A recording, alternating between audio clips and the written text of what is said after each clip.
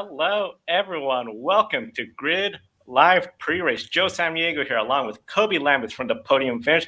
We have Megan and Joshua Burch joining us, and Adam Lemeries, our supercars expert. A big thank you to our Patreon subscribers, calling the show Mark and Robin, for keeping us on the air all year long. You too can join our Patreon, be a monthly contributor to the Grid Network, or do Buy Me a Coffee, a one-time contribution where you can set that contribution amount and even send it to a specific on-air account. So you want to buy any one of us five coffee, that'd be wonderful. We'll greatly appreciate it. And I know one of the big things, we have Megan here, so that means we have W Series racing, the first race weekend of 2022.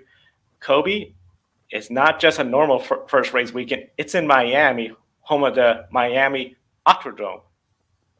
Yeah, Miami International Autodrome at Hard Rock Stadium, home of the NFL's Miami Dolphins, and it's the season opening weekend for the 2022 W Series season in Miami, Florida. And the starting lineup is set for today's race. Nerea Marti took the pole with 50 seconds remaining, but a red flag ended qualifying. Fabian Woolman nosed into the wall, stopping everyone on a final fast lap. Jamie Chadwick, Alice Powell round out the top three behind Marti. Can Nerea Marti hold off the W Series Big Three from last year of Jamie Chadwick, Alice Powell, and Emma Kemalainen?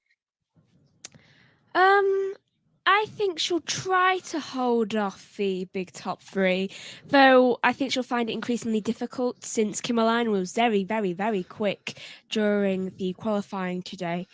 Though, obviously, Jamie Chadwick, she was second, so it'll be even difficult to hold her off, though Chadwick has a little bit of a difficulty of following, so she wouldn't have much to deal with from her, though Alice Powell, she'll have to look out for her big time because Alice is very good at overtaking, I've noticed. Alice was quick in the first practice session as well, and I've got this big feeling as well that Jamie Chadwick as well, she's gone to General Racing, it's her third series in this championship now as well. And I thought, she'd go to Generation and she might drop back this season. I've been pleasantly surprised. And I really should have been because they're the same cars, just with new team coming in. It's that old mentality in my head saying, new team, they're going to struggle. No, she's right at the battle straight away. Again, I think we should have a rule that if Jamie wins this opening race, we should just ban her for the rest of the year and get her straight into F3, straight into F2. Because if she wins this weekend, she starts to say on the front row of the grid, she wins this, then that just proves that for 3 consecutive W seasons, she is the fastest. Get her into a main seat. Alice Powell, I think last year went toe-to-toe with the championship. That's going to be quick. But Nerea Marti as well, pole position, her first one as well. Front row of the grid, I think she's really going to be one of the ones to watch for it as well. As you can see, 4th in the standings last year. She wasn't involved with the top 3, but to be 4th, though, behind those top talents, that's quite quick. It's got to prove a lot to everyone on the grid that she's not really a person to be messed with on the grid, because we have watched her do quite well in previous races.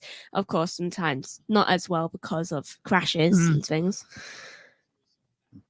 Yeah, and the crash is definitely something that she'll have to clean up. And during qualifying, we saw the drivers were having a really hard time warming up the tires. Hand-cooked tires were a harder compound, so naturally they take a longer time to warm up. Later today, Formula One's going to be on track for free practice 3 in qualifying, but rain is in the forecast, 59% chance of rain. Florida. Always those pop-up rain showers during this time of year. And assuming the track stays dry with additional rubber, will the W Series race see better grip, or could a wet race provide more chaotic action since they'll be on the wet weather tires? Please rain, please rain, please rain. It will definitely be more chaotic, since even just in qualifying, we had 2 red flags, and one of them was like not a spin, though it was a full-on crash into a wall. Yeah, Volvo crashed. So it will definitely prove to be a lot more chaotic, since you could see them sliding quite a lot on the dry. I really want it to rain. I think that would look fantastic. First race back in front of Miami as well. They've slotted it perfectly between practice 3 and qualifying. So it's it's right bang in the middle.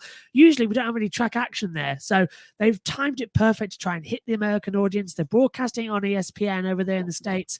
It's on Sky Sports here in the UK now as well. So they've got it on some big TV markets, and I really want it to succeed. And with that, I want a wet race as well. Admittedly, that means it gives us a wet qualifying for Formula One, but either way, I'm going to take that. Makes it kind of better for Formula One, actually. Absolutely. And they've at least got like a sight of where there's grip out the track. But as you say, it's Hankook tyres instead of Pirelli tyres. So if anything, it might help the Formula E guys look around what Hankook wet tyres are like before they switch over for Gen 3 next year, because they're going to have quite similar grit through the corners as well, compared to W Series and the Formula 3 Euro Series car we use. Quite slidey at the minute. Yeah. Yeah, and the wet weather tires always shake things up, regardless of what series racing. And today also set Sunday's lineup with the second fastest time from each driver counting. So that means Jamie Chadwick's going to be on pole for Sunday's race 2. Again, she's looking like one of the favorites to win the championship for Caitlyn Jenner's operation, and Chadwick is going to be starting both races on the front row. So the story of Jamie Chadwick's 2022 season, do you think she's going to be going for consistency to get maximum points, or will she still go all out for the win Saturday and Sunday? She'll go all out, especially since it's a new team. She'll just want to get as much points she can for the team, since obviously her new teammate is a rookie. So she wants to make up for anything that her teammate might lose, and her teammate did spin. So I think she'll be going all out. Chloe Chambers? Yeah. Hey, I'm getting my names right compared to last year. Yeah, I think you're right. She's going to go all out as well, because not only has she got something to prove with the new team as well, she's got the backing of Caitlyn Jenner. She wants to be out there straight away, getting the motivation for the big team. It's their home race, Jenner Racing, as well. And I've got this interesting feeling that we're going to see Jamie really go hammer to the tongue on it as well. And I really, really, really hope that this is enough of a wake-up call that she deserves to be in Formula 2. Because this is getting ridiculous now, that it's taken on so long. 2-time W Series champion, out of 2 seasons we've had of it as well. We didn't race in 2020 due to the pandemic, so it's 2019 off, and then came back in 2021, and now in 2022, and it still looks like we can have the championship. Still don't know why we didn't run in 2020 at all due to COVID. I mean, it didn't. Yeah, Formula 1 did, GP2 did, Formula 2 did. I don't know what the reasoning was there. I think they cut the losses because they didn't know how long they would have in the European season, because F2 and F3 were crammed in as well as the Porsche Super Cup. But still, season 3, 4th year, is looking quite quick. Just want to say, just saw Abby Eaton. She's completed the lineup this year, and she's back after her hair injury last year. And great to see that she's recovered, and I'm looking forward to it. Her partner, Jess Hawkins, is at Bristol Street Motors Racing, and I'm watching her as well. And these two have been literally hyping it up all year that they are racing together again since Abby's injury. So it's going to be fun. It will be fun, definitely. I can't wait for it. I can't. Yeah, it's really nice to see Abby Eaton back. It was really, really unfortunate for her when she suffered that injury, but luckily it had a long enough offseason for her to heal, and she'll definitely come out of the guns fire and ready to go.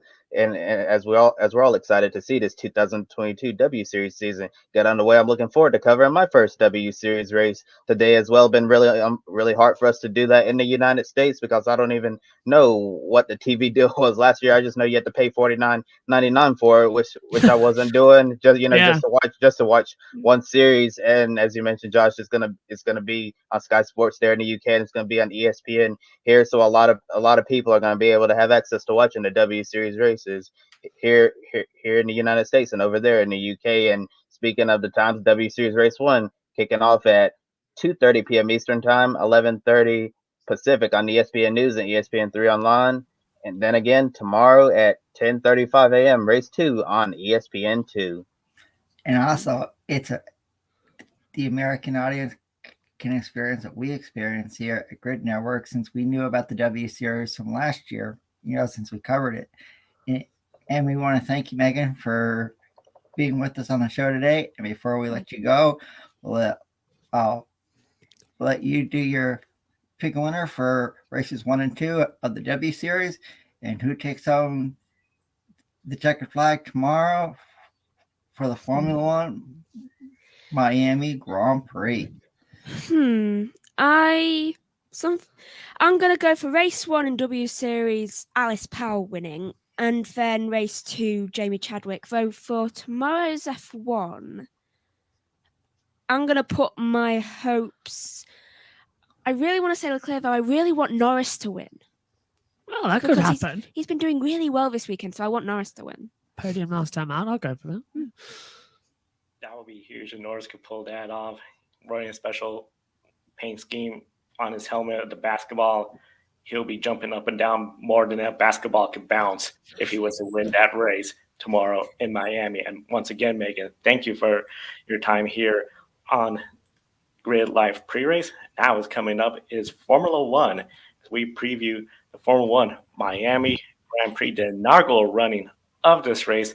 Yes, Formula One has raced in Florida before, 1959 in Sebring. That was the United States Grand Prix. This is the first time the Miami Grand Prix, and the main event for this race weekend. And qualifying is later today. Very unusual to say that qualifying is later today. Usually by the time we're on the air, qualifying is done. We know the starting lineup. We're talking about going right into the race. Today we're talking about going right into qualifying. And it's going to be really interesting because, well, we've seen so far in both practice sessions, each of the big three teams up front. One Ferrari, one Red Bull, and one Mercedes.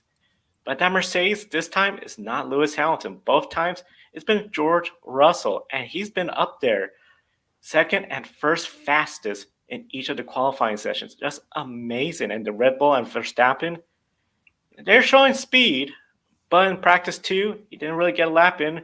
Reliability issues starting to show a little bit of an issue for them, so that could be some bad news for them. But Charles Leclerc, he is looking good overall, but he too has noticed George Russell's pace as well. So George Russell going to go out there and try to pull off the big upset. Adam, when it comes to George Russell, do you believe he could pull up the big upset and bring Mercedes a win? Yes, I certainly do. And could this be the weekend that Mercedes gets back in the conversation as being a top team in Formula One? They, so far this year it's been Ferrari versus Red Bull.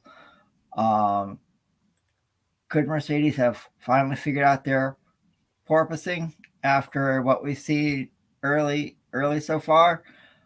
I think it could happen. I think don't count out Mercedes, to win tomorrow. George Russell has looked really, really strong. So really nice to see Mercedes back on top after the struggle that they've had so far this season. So yes, I think George Russell could win tomorrow and shock everyone in the F1 paddock.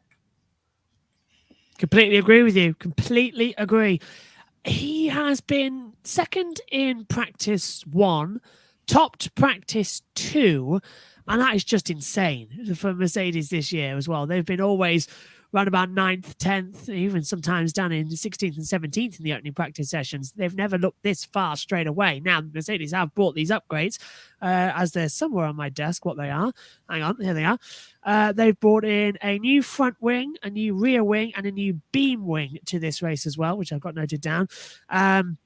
That's hoping to try and stop the proposing. Now, it looks okay in certain sectors of the track, but the long straightaway down towards turn 17, past the lakeside as well, it's bouncing quite a lot around the backs, but it's manageable. Now, Hamilton hasn't had as much luck as Russell has in the opening few races, and the same can be said for this weekend already. But I think that Russell topping practice 2 was good, but might have been affected by the fact that Max Verstappen had a brake failure and couldn't put in a faster time. So practice 3, that's coming up in around about 45 minutes time, is going to give us the final definitive answer as to where Mercedes are this weekend. Certainly, I think I could see him starting third on the grid. Certainly, I could see him getting a podium tomorrow. Race win might just be a little bit too far, but anything can happen in Formula One, especially here in Miami, as you said earlier on, Kobe, about the climate here and the weather changing every 5 seconds. The weather is changing so often in Florida. This is going to be, I think, a really interesting race. And you bring up an interesting point. The different sectors, we saw in the W Series qualifying as well, how a different driver was faster in each sector. The Mercedes seems to have that one sector with that long straight is their weakness. So it's going to be really interesting to see what happens in qualifying. We do have a question from the chat room. Will we only know if Mercedes pace has revived till free practice 3 and qualifying? Joshua, I'll start with you. Yeah, bang on. I think we won't know until practice 3 because first practice, everybody was getting their eye into this new circuit as well, and they were slipping and sliding everywhere. Practice 2 was disrupted due to red flags, so the long runs didn't happen. Verstappen had a brake fire, so he never got the long one in and lost, 42 odd minutes of running or something like that. So he's lost out on time there. But Hamilton also hasn't got a clear run in as well. And Russell's got competitive streaks there. He's always been there. Practice 1, he was second. Practice 2, he was top. So I reckon top 3 is around about the average for that car. Yeah, Josh, I agree. I think after free practice 3, we'll know who's going to be really quick for qualifying. Can George Russell keep up this momentum? What we've seen so far in the first 2 practices, I think so, and I think he can be a threat to start on the pole for tomorrow. I think he'll eventually have a top 5 starting spot for the race in Miami. Top 5 starting spot. I feel anything less than top 5 will be a disappointment for Mercedes today if that does not happen. And we've seen some drivers go into the wall during this race weekend, including Valtteri Bottas. Got into the wall. He was unable to participate in free practice 2 yesterday. Then we saw Sainz. He went into the wall. There was just something where we know Carlos Sainz, it seems just the last 3 race weekends, DNF, wanted to get this race weekend going better, and then crash in free practice. It just seems once he had that contract signed, just been bad luck. So we still have, of course, as we talked about, the qualifying up ahead. It's going to be really interesting because if you don't start towards the front, you at least have 3 DRS zones in this racetrack to try to get up to the front. But of course, the challenges, the DRS train, the lack of passing, we've seen a lot of marbles. There's some narrow parts on this track. However, during the first 2 practices, we've been hearing people talk about this racetrack reminds them a little bit of Jeddah, a little bit of Baku, 2 of the Formula One's newest street circuits out there where we've seen a lot of passing, where we've seen a lot of action. I mean, Baku has that enormously long front stretch. Jeddah, some of the high-speed complex corners. This track, people are comparing it to a little bit of both of them. So Joshua, starting with you when it comes to this race, do you anticipate we'll see a procession where it's going to be a little bit more single file and you're really relying on pit strategy? Or could this be a chaotic race like what we've seen with especially Baku and some would say Jeddah, which has become a little bit more notorious for being a chaotic event? It's really hard to say when we haven't seen the race yet, but we have seen the qualifying for the W Series and the 2 practice sessions, so it gives us an idea of the slipstream battles. If I go on the W Series qualifying, where we've just seen as well, everyone was, after the first red flag, was straight out there and trying to get in the slipstream on the run out of the Red Bull complex, down on the back straighter as well. So that's a big DRS train as well, in effect. It's quite narrow in places, quite hard to overtake. I think if you look at the track map, Sector 1, it's a lot of fast sweeping corners akin to what we see in Sochi in Russia as well. So not a lot of overtaking happened there. Sector 2, it opens up a bit more, a lot more on, here we go, Sector 2, a lot more open with straights as well. So that's where we see a nice lot of DRS as well. It's hammering down on the brakes into a short little chicane where you could possibly get side by side, but it's pretty much single file as well. By the time you get to the narrow, it goes from 15 meters wide to 10 meters wide, the track width as well. So if you think about that, how small it is, Baku through the castle section is 8 meters wide, so it's quite tight through there for an F1 car. So I'm sensing we might have a red flag in qualifying for that, and we might have a couple of safety cars in the race as well. But the good thing is they've got more room to get rid of cars that crash there compared to Baku, where they'd had to just stop the race if everyone ever goes into that wall. Final sector, open, sweeping, massive overtakes, long DRS zones as well, easy to throw up the inside. This track has got a proper mixture as well. It's got I've got feelings of Valencia. I've got feelings of Sochi. I've got feelings, as you say, of Jeddah as well, and even a bit of Spa in there as well. And there's not really elevation change, but going down through the corkscrew sections as well, it feels a bit like Spa through Le Combes and down Malmedy into Rivage. It's got that, and a bit of Canada actually into the back straight hairpin. It's got amalgamation of some of the great racetracks Spa-Sochi. But it does feel like we could see a great race. And with the weather playing up as well, it could be a real treat. It feels like a proper kart track from back in the day. I'm loving it. It's making me feel all warm and fuzzy every time I see the track. Yeah, Josh, and I think I saw someone on Twitter say this track reminds them of Pete Champ Car back in the day of how this track is set. I totally agree with you. It really seems like that this track is really combining a lot of the Formula One tracks you mentioned all together. But will that produce one great racetrack by taking characteristics from all the others? It's a little too soon to tell, but Miami International Autodrome, the atmosphere there feels absolutely incredible. You got all the celebrities there. Saw Michael Jordan having dinner with Pierre Gasly, Lewis Hamilton, and Tom Brady, two of the goats of their respective sports, out playing golf. It's just been incredible, and I think we could really see a special weekend. Even some people compare the atmosphere of the Miami Grand Prix to the Super Bowl. I don't know if it'll be that big, but Formula One is exploding right now in popularity in the United States, and the Miami Grand Prix might be a race we'll be talking about for a very long time. And we have a comment in the chat room from SHT saying Carlos Sainz just crash after crash. He's going to cost Ferrari a lot of points if this continues like this. I'm not really sure what's been happening with Carlos Sainz lately, but his luck has been horrendous and quite a few mistakes, especially since he signed that contract extension with Scuderia Ferrari. Based on Sainz's mistakes lately, I'm wondering if Ferrari's wondering if they should have held off a little bit on that contract extension because Carlos has some job security now. So he makes some mistakes, not really going to be a big deal for him. But certainly, if you're Carlos Sainz, you want to get this bad luck behind you because the car has the pace. If Carlos Sainz can get it right and put together a full race, he could potentially get his first win in Formula One. But it's not going to happen if this keeps happening. Yeah, if this keeps happening, I don't see it occurring. And one of the big things, this race is going to be something else.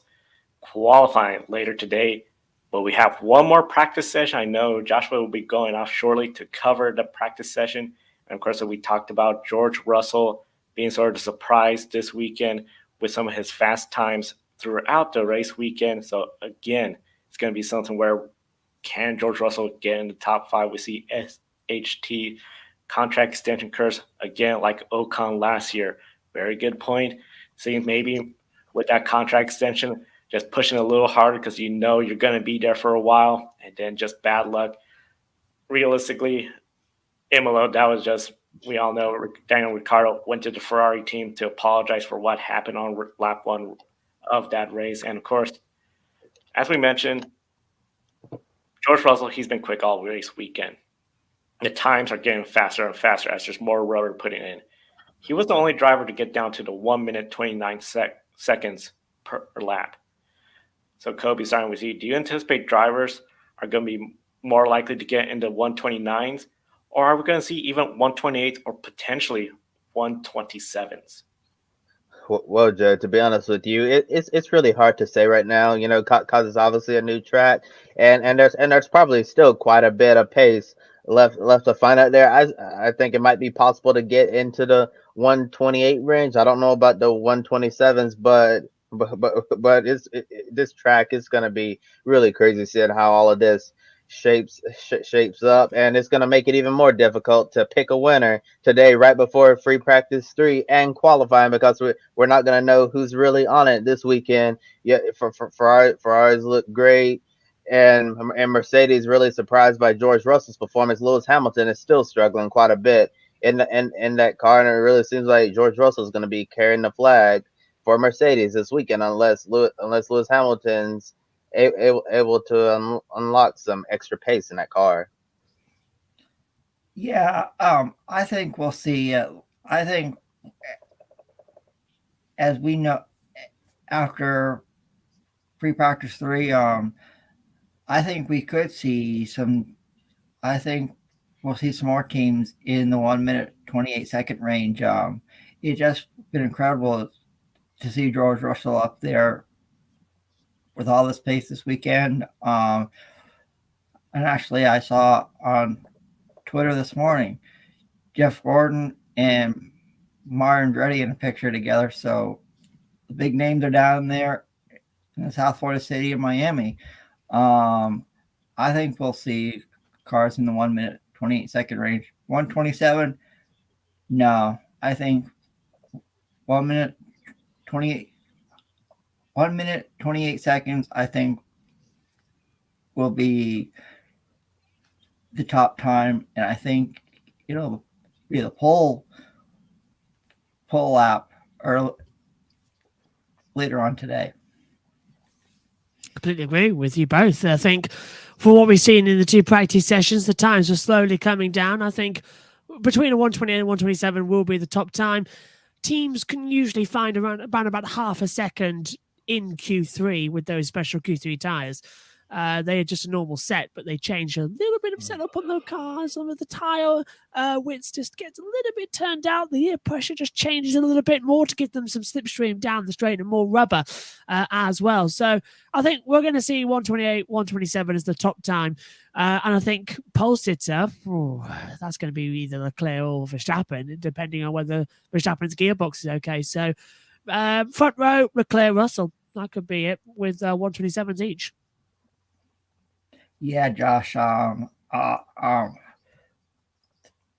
wonderful day calling all the action in Miami, and be sure to subscribe to Josh's YouTube channel as he and his sister Megan have coverage all weekend long of the W Series and F1 at the Miami Grand Prix. So now, Josh, I'll ask you, who are your picks to win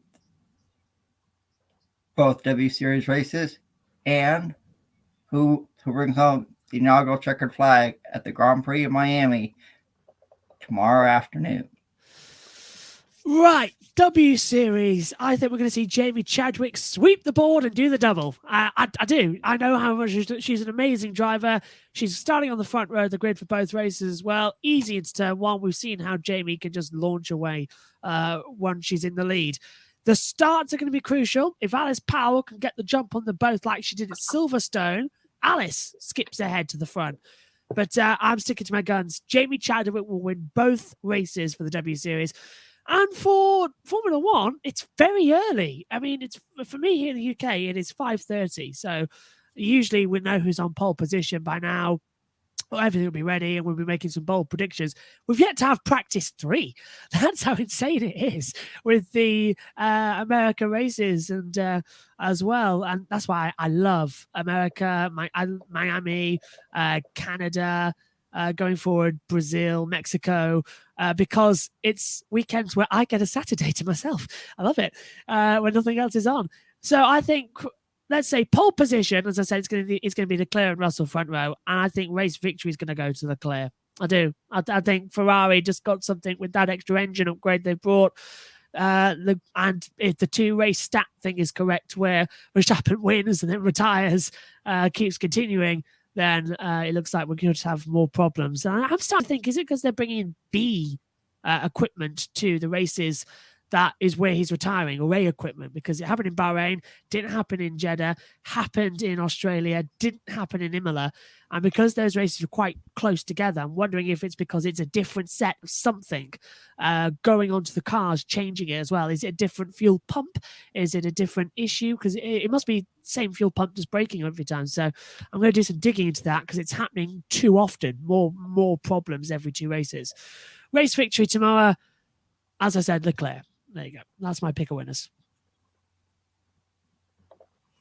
Yes, Josh, and we thank you for participating today, and really looking forward to following your watch-alongs for W Series and Formula One this weekend. And while Formula One and W Series are going to be competing in Miami, it's Throwback weekend at Darlington for the NASCAR Cup Series, an event a lot of drivers have circled on their calendar, and plenty of cool throwback paint schemes this year, despite the number being moved forward.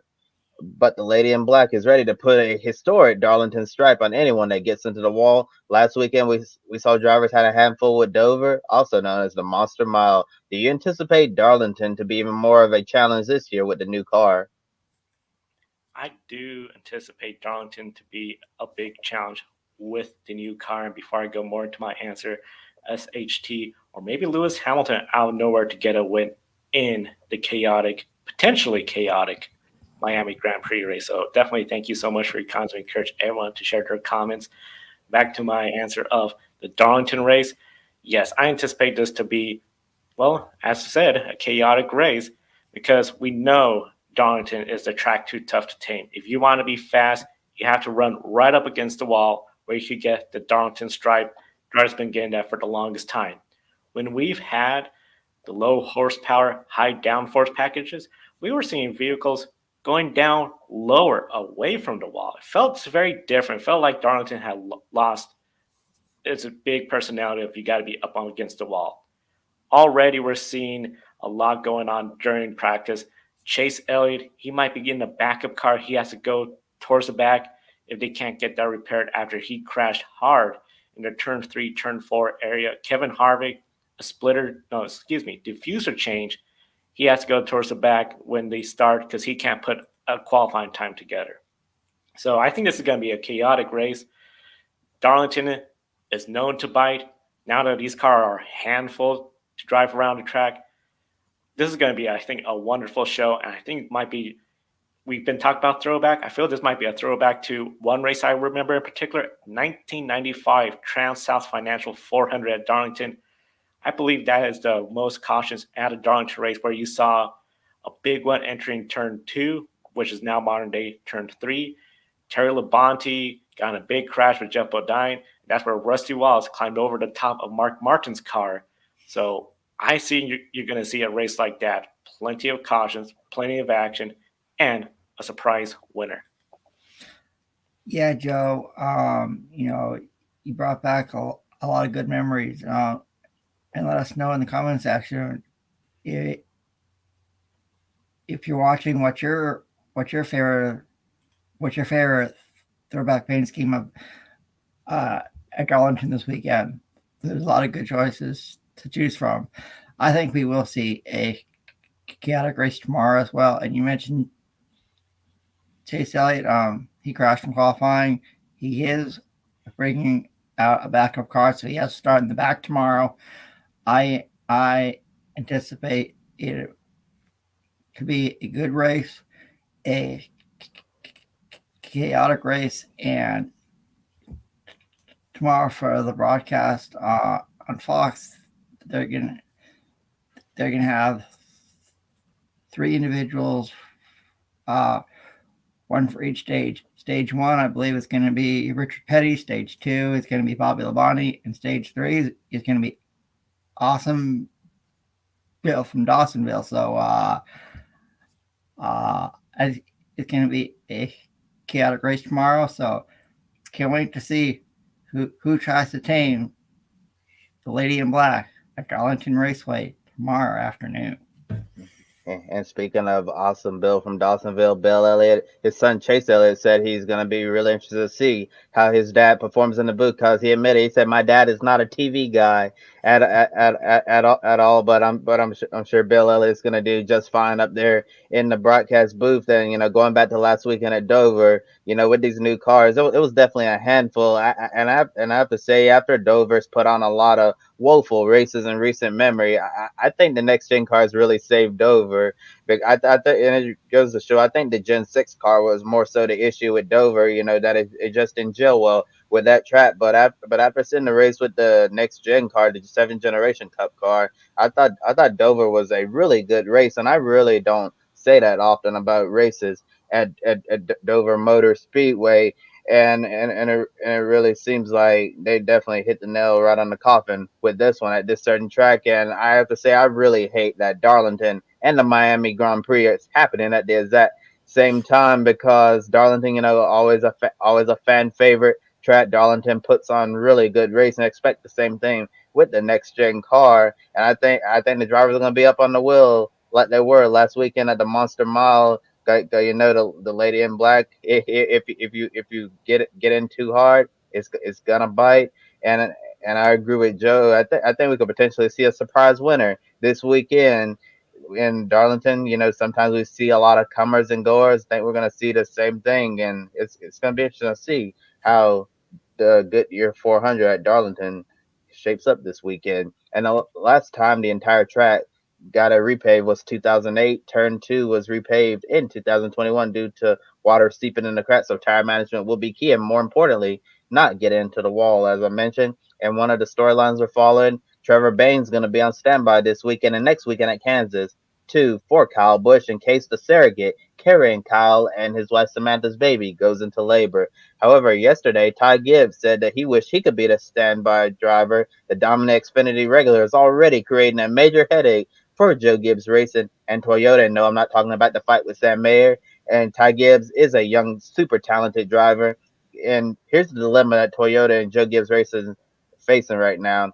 Do we keep him in Xfinity for another year to become more polished? Because we've seen that, more recently with drivers like Austin Cindric, Tyler Reddick, some real good examples there. Stayed an extra year in Xfinity and probably came out a much better driver. Or do we just put him in a cup car right away in 2023? So here's my question for you guys. Is Ty Gibbs truly ready for cup competition? And how challenging will it be for the number 18 Toyota team if Kyle Busch has to leave during the middle of the race or leave altogether during a race weekend?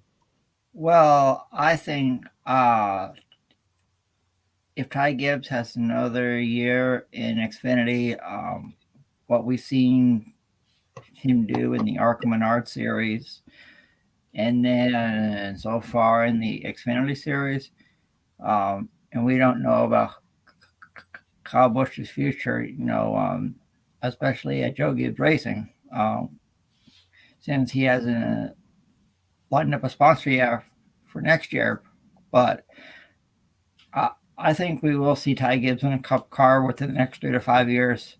He is super talented, like you mentioned, Kobe, and I think it will be challenging for Kyle Busch, in case he has to leave early on either this weekend or next weekend at Kansas. But given the next 3 to 5 years, I think we'll see Ty Gibbs in a cup car. He's really talented, and so I don't know who he would drive for, since we don't know Kyle Busch's future at Joe Gibbs Racing. When it comes to Ty Gibbs, I see him going to Cup. I would anticipate 2025 full time. However, the second half of the season, I think when we're going to start seeing signs that could be earlier, because that's when we're going to start coming towards Darlington for a second time. We're going to come to Richmond for a second time. One of the big things, if you look in the past, when drivers come to Cup full time, they usually do about 5, maybe 6 races in that year. He hasn't done a race yet, but in that second half of the season, we start seeing Ty Gibbs at Darlington, Ty Gibbs at Richmond, other tracks, Talladega, super speedway track. Look for where he finishes, because if he finished mid-pack, doesn't make any noise, but just completes the race, I anticipate 2025. If he is contending for top 10 finishes, finishing up towards the front, and there's no word on a sponsor for Kyle Busch, he could be there by 2023, maybe even 2024. But right now, they're not showing any signs of that. So unless we see a change, I anticipate him full-time by 2025. But that second half of the season is going to be very key to see what happens with Joe Gibbs Racing. And then for the 18 team, no matter what happens with Kyle Busch, it's going to be a challenge. We know Joe Gibbs Racing is not exactly the most dominant team like they were in past years. Coming to Darlington, we've seen Joe Gibbs Racing win here with Denny Hamlin, Eric Jones, driver after driver. This year, I don't feel that's the case, really. So I feel the 18 is going to have a big challenge no matter what. And if Kyle Busch is not there at Darlington racing this weekend, they're going to have Trevor Bayne. Trevor is going to be essentially adjusting to a car set up for Kyle Busch and Kyle Busch, not him. So he's going to have a big learning adjustment. I think for him, it's going to be a matter of racing the racetrack. We talk about this time and time again in Darlington. You got to race the racetrack. If he could do that in the 18 team, I think he could put together a good, solid finish, considering he's a substitute driver at Darlington. But I don't anticipate that 18 team going to victory lane, no matter who's behind the wheel. Well, Joe. When we're talking about Ty Gibbs, I don't know if I'd say he's going to be in Cup in 2025. I think that might be a tad bit too long. I think more likely it's going to be 2024. But as you mentioned, if things go south with Kyle Busch's contract talks with Joe Gibbs Racing, trying to find a new full-time sponsor to replace M&M's, Ty Gibbs might be forced to go into Joe Gibbs Racing in 2023. But I'm not really sure if any driver is truly ready for Cup. But Ty Gibbs, would be the obvious standby option here. But since they're going with Trevor Bayne, a driver who's a Cup Series veteran, who's had a lot of Cup Series starts, they're taking the safe route here rather than Ty Gibbs, who have a feeling if he got in the 18 car, he might make it an even harder decision for Joe Gibbs Racing and Toyota, especially if he performs extremely well. But it's not uncommon for young drivers to be put in situations like this where they have to potentially come in and substitute. And it takes me back to the year 2015 when we had a young 19-year-old Eric Jones. Denny Hamlin had to have a relief driver at Bristol, so Eric Jones hopped in that number 11, and then that year when Kyle Busch, needed a substitute driver at Kansas, that's when Eric Jones made his NASCAR Cup Series debut, and Eric Jones also had two starts later in the 2015 season when Matt Kenseth got suspended for a few races after his retaliation at Martinsville Speedway against Joey Logano. And at the time when Eric Jones was 19 years old, he wasn't even an Xfinity regular. He was running part-time, and he was racing in the Truck Series. So Eric Jones didn't really have a whole bunch of experience. A 19-year-old kid driving a Cup car for Joe Gibbs Racing. So I could definitely see Ty Gibbs potentially moving up to Cup in the future. I think if Ty Gibbs doesn't go to Cup in 2023, I think he could potentially run a part-time schedule next year. Maybe they bring out a third car for 23-11 racing. That might be the best bet. Have Ty Gibbs spend another year in Xfinity, become more polished like we saw at Austin Cindric, Tyler Reddick in recent memory, run a few races with 23-11, then see what happens in 2024. Try to get him full-time on the grid. And yeah, it's going to be challenging for the number 18 team if Kyle Busch has to leave in the middle of the race, if he gets to word that the surrogate has gone into labor and he has to go immediately. But Trevor Bayne's a professional. I really believe that Bayne will do the best job that he can in that number 18 car, and the team will have to adjust on the fly. But this team's done this before, so I'm sure Joe Gibbs Racing is ready to go for whatever comes their way. And speaking about JGR, they appealed the penalty for Denny Hamlin because of the loose tire last week at Dover. Crew chief Chris Gayhart said on SiriusXM that he'll be at Darlington this weekend. However, the 4-race suspension starts when the appeal is denied. This year, surprisingly, Denny Hamlin only has one top 10 finish, which is his win at Richmond, but he knows how to get the job done at Darlington. In your opinion, is this a smart move to appeal, and what needs to change for Hamlin to run more consistently? This is a smart move. Darlington's a track Denny Hamlin is strong at. So might as well appeal it, have your entire crew there, try to get a win, because with only one top 5, one top 10 this year, there's not a whole lot to really show. In fact, we all know if it wasn't for that win, he'd be way down in the point standings. So come to a track you're strong at. Bring the entire team, not a substitute crew chief, not a substitute pit member. Try to get that win. If you could get that win and you now have 2 wins, becoming the 3rd driver this year to have multiple wins, you're now in a much prettier spot for the playoffs. And then you can look at having your crew chief, okay, we dropped the appeal for a race suspension. Because the remaining races we have ahead are going to be something where I think they know this is their best shot at getting a win. Let's do this risk. If we get the win, it pays off. If it doesn't work out, well, you're going to have to serve that 4-race suspension no matter when. I see it as just a smart move. And then for them to change, to be more upfront consistently, oh man, if I had the answer to that, Joe Gibbs would have hired me. But that's something where that's within the 11 team to find the answer to that. Yeah, I think as I agree with everything you said, Joe. I think it was a smart move to appeal the 4 race suspension, and I know Denny Hamlin is really happy to have his crew chief on the pit box this weekend. We had some key races coming up on the Cup Series schedule. We have the All-Star Race to Texas next, and of course, you can't forget the Coca-Cola 600, longest race on NASCAR's calendar, a few weeks away on Memorial Day weekend. So, and what has to change for Denny, and I think Denny Hamlin's going to have to start to qualify a lot better than he has. Otherwise, like you mentioned, only one win so far this year. He wants to go out and win a few more races before the playoffs start.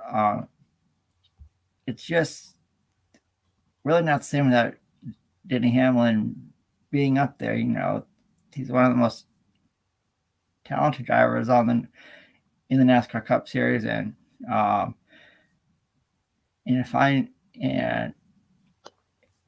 hopefully he'll start to do a lot better in qualifying and in races as well.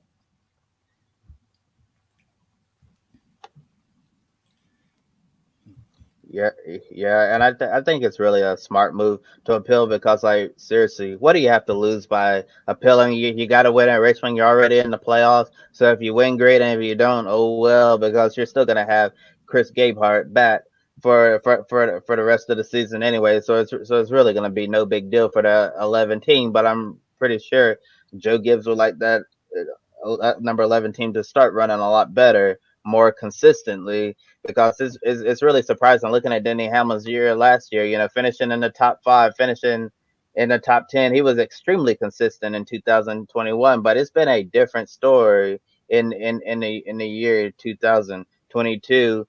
And in order for Hamlin to start running better, I just think that he needs to start putting together more complete races. Don't make those mistakes like we saw last weekend at Dover. Unfortunately, he got, sometimes you just get caught up in someone else's mess, and that's what happened last week when Cody Ware went spinning and came down the track and ended up flipping Hamlin and crashing him. Sometimes that's just the way it goes in motorsports.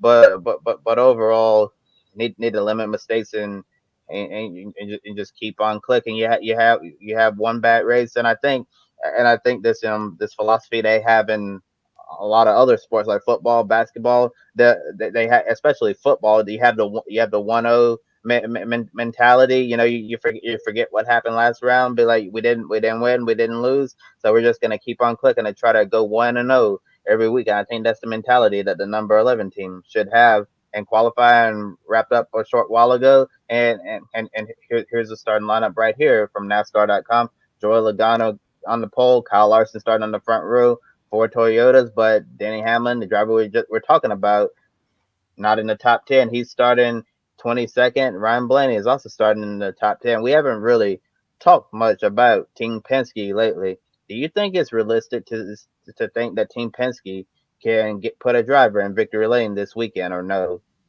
Yeah, I think Team Penske is one that you'll have to look out for. Joey Logano's on pole, so I think we could see a Team Penske car in victory lane tomorrow, but I don't think it's going to happen. Yeah, I gotta agree with you, Adam. I don't see Penske going in victory lane. I know we talked about if it's a chaotic race, we'll have a surprise winner.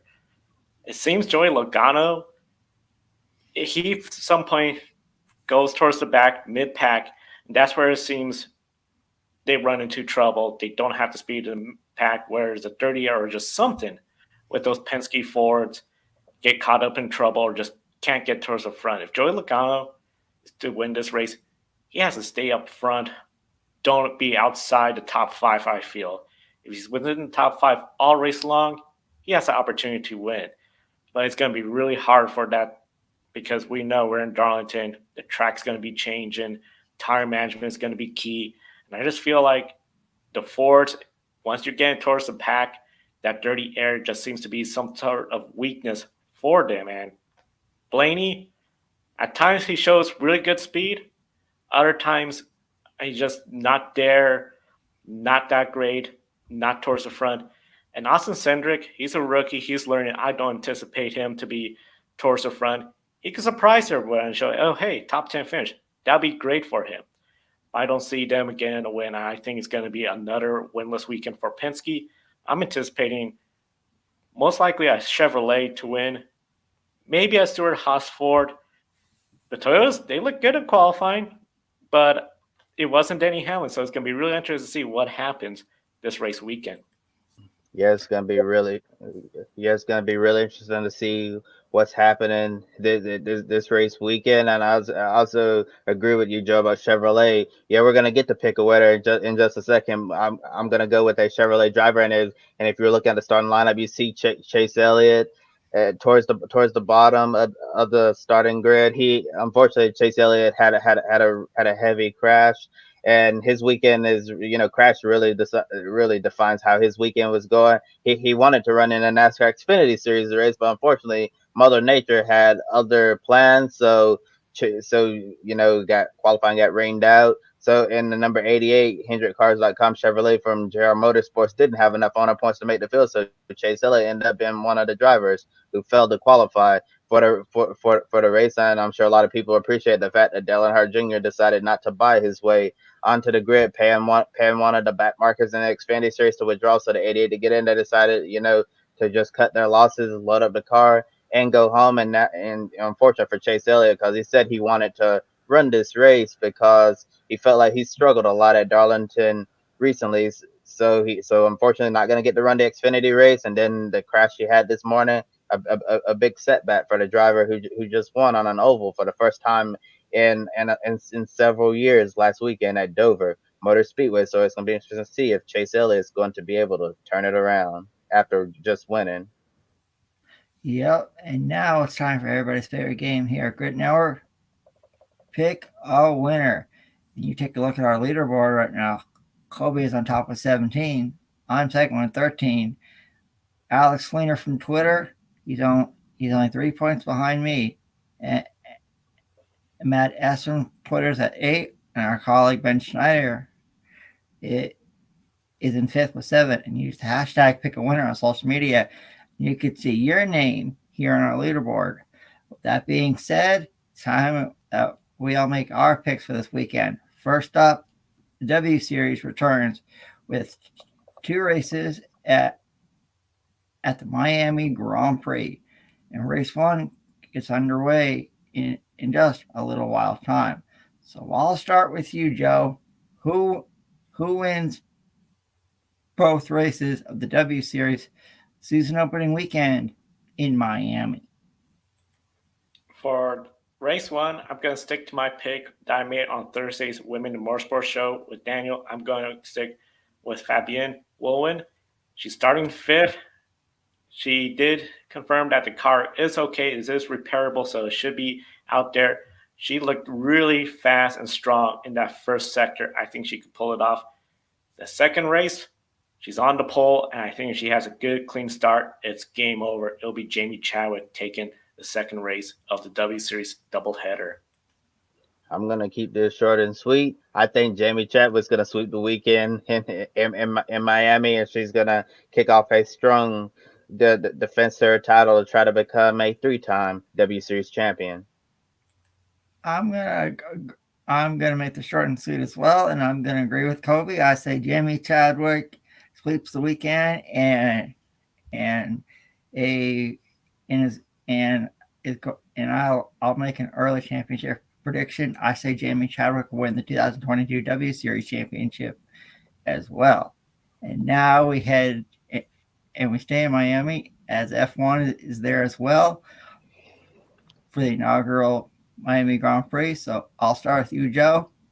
Who wins tomorrow? For tomorrow's race, I feel this is going to be a chaotic race. I'm going to go out there with potential surprise for some, but not for me because we talked about him quite a lot.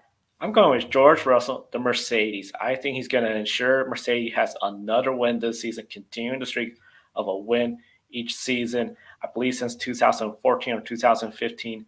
So Mercedes, top spot of the podium.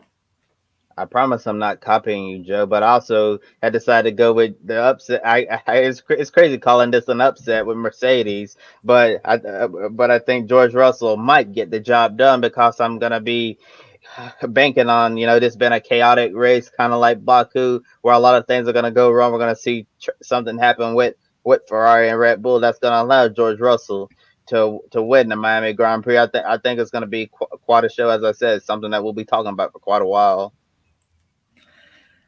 Is it? I think I'm going to have to agree with my colleagues, and I'm going to say George Russell as well, even though I'm trying to catch you, Kobe. But I think George Russell finds a way to get it done tomorrow in Miami. And now we go up the coast to Darlington Raceway in South Carolina, as NASCAR is having their annual Throwback weekend at the Lady in Black. So I'll start with you, Joe. You said You said we could have a surprise winner tomorrow. Okay. Do we see a surprise winner tomorrow? Yes, we do. And I'm going to go with a car that's my favorite throwback paint scheme. I'm going with the number 43, Eric Jones, getting the win this race weekend. He knows how to win in Darlington. He won the Southern 500. He has been running very well all year long, almost won at Talladega. If he could keep the nose of that 43 car clean, avoid the Darlington stripe, he is going to be up there towards the front. And I see him taking the win and bringing the 43, the iconic 43, to victory lane in Darlington. What a throwback weekend that would be to have Richard Petty in victory lane. Yeah, that would be really special to see the number 43 back in victory lane at one of the most iconic historic tracks in NASCAR of Darlington Raceway. And you're absolutely right. Eric Jones certainly knows his way around Darlington when he was at Joe Gibbs race, and he had some really great runs at this track. And considering how he's performing at 43 this year, it would not surprise me at all to see Eric Jones have a great night, a great afternoon at Darlington Raceway. But my pick, I'm gonna go with the driver who's been close to winning, but still hasn't been able to get the job done. I think the driver at number 8, Chevrolet's gonna win. Tyler Reddick, and it's crazy how close Reddick's been to winning multiple times this season at Phoenix, and then the infamous last lap spin with Chase Briscoe at Bristol Dirt. I think Tyler Reddick, he's been knocking on the door for a while, and he's finally gonna secure the deal and get the job done. And it's really surprising, looking at where Tyler Reddick is in the points right now. When we're looking at the playoff standings, Tyler Reddick is 18th in the points, and that's very surprising considering the fact he's been running extremely well this year. Just been close to the win, but just hasn't been able to secure it. And some better consistency would also help him as well. Well, for me, I'm going with the driver that has a really cool, iconic paint scheme on his car this weekend, honoring a former NASCAR driver in Tim Richmond. And if you want, you can go to YouTube and go see Tim Richmond race. He was quite a NASCAR driver. So I'm going with Kyle Larson, driving that number 5 car for Hendrick Motorsports. That's a really cool paint scheme. And I think we'll see Kyle Larson get it done and have Hendrick Motorsports go back to back. Last weekend in Dover with Chase Elliott, now Kyle Larson at Darlington. And now I'll throw it over to Joe for the wrap up. Yeah, Kyle Larson. It's been a while since anyone picked Kyle Larson. I feel where last year I was just picking him all the time. Now it's just being more cautious, but I think that really shows the changes with this new car. And you two can also help us improve each and every week by investing in the Grid Network. Help us stay on the air like calling the show Mark have, or do buy me a coffee, a one-time contribution. We want to thank everyone that has contributed, such as Ed, Amber, and Zach.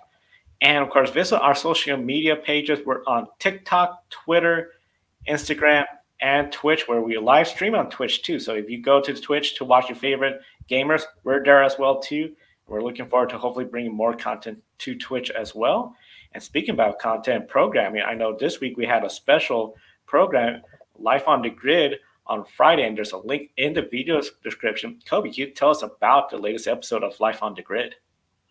Oh yeah, Joe. This latest episode, Life on the Grid, was a lot of fun. Talking to one of my former UNC Charlotte classmates, Michael Dusbeck, how he got his start into racing. Such an incredible story, and this is a lesson you can learn from Michael if you watch the episode, to always follow your dreams and to always, as the young people like to say, shoot your shot. Because Michael, he wouldn't be in NASCAR today if he hadn't a message former NASCAR Cup Series owner Bob Levine about being an intern. I understand, I probably wouldn't message a NASCAR Cup Series owner because, it's intimidating, and 9 times out of 10, they're probably not going to respond to you. But Michael thought, what do I have to lose? So he messaged Bob Levine about an internship. Bob reads the message and decides to give him an opportunity, took a chance on him, and getting that internship really helped him out as well, because at UNC Charlotte, if you're taking a PR track, you have to have an internship, or otherwise you cannot graduate at all. So Michael was able to get the internship that he wanted. So, with the NASCAR Cup Series organization, that led to where he is right now, working for the Rising Star Management Group, working with multiple drivers in NASCAR in the ARCA Menard Series, and he's doing really well for himself right now. And also, you can catch the music Too Many Times from R&B singer and songwriter Eli Ahmad as well. Really great episode of Life on the Grid. Really great episode and great music to wrap up the show as well too. And before we wrap up, be sure to visit public.com, one of our sponsors. You get $5 to invest in the stock market. You use the referral code GridNet. There you can invest in stocks, crypto. Use that referral code GridNet to get your money to invest in the stock market. Get started in the stock market social media homepage. And that'll do it for Grid Live Pre-Race. For Adam Lemrys, Kobe Lambert from the Podium Finish, I'm Joe San Diego. Thank you for watching today's program. We'll see you next time.